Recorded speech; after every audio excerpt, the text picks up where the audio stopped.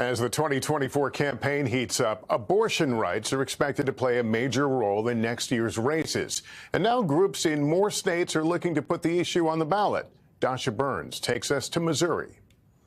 Weeks after Ohio voted in favor of abortion protections, activists are hoping to continue that momentum in a state with one of the strictest bans in the country. Looking at Ohio, and 18 counties that voted for Trump voted to approve abortion rights. That's not a fluke, that's a pattern. Two competing groups are looking to put abortion access on the ballot in Missouri in 2024, one of them led by a Republican. I'm from Missouri. Jamie Corley is behind a proposal that would allow abortions up to 12 weeks and add exceptions for fatal fetal abnormalities, rape, and incest if reported to a hotline. Some people watching this might say, what the heck's going on? Right. So I am a Republican, and I am also pro-choice. I think that we now know that there are many more like me than one would think.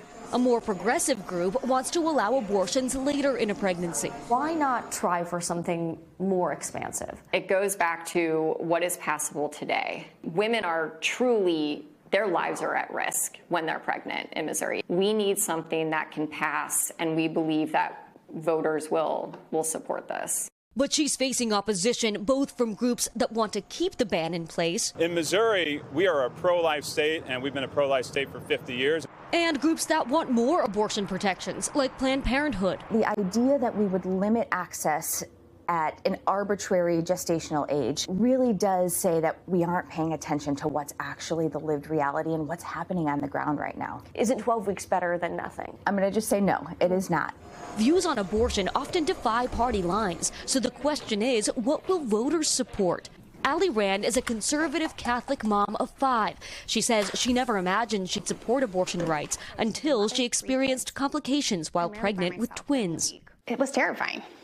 It felt very like I had no options here. If something were to go wrong, what was I going to do? What did that feel like to know that in the state where you live and I love living in Missouri.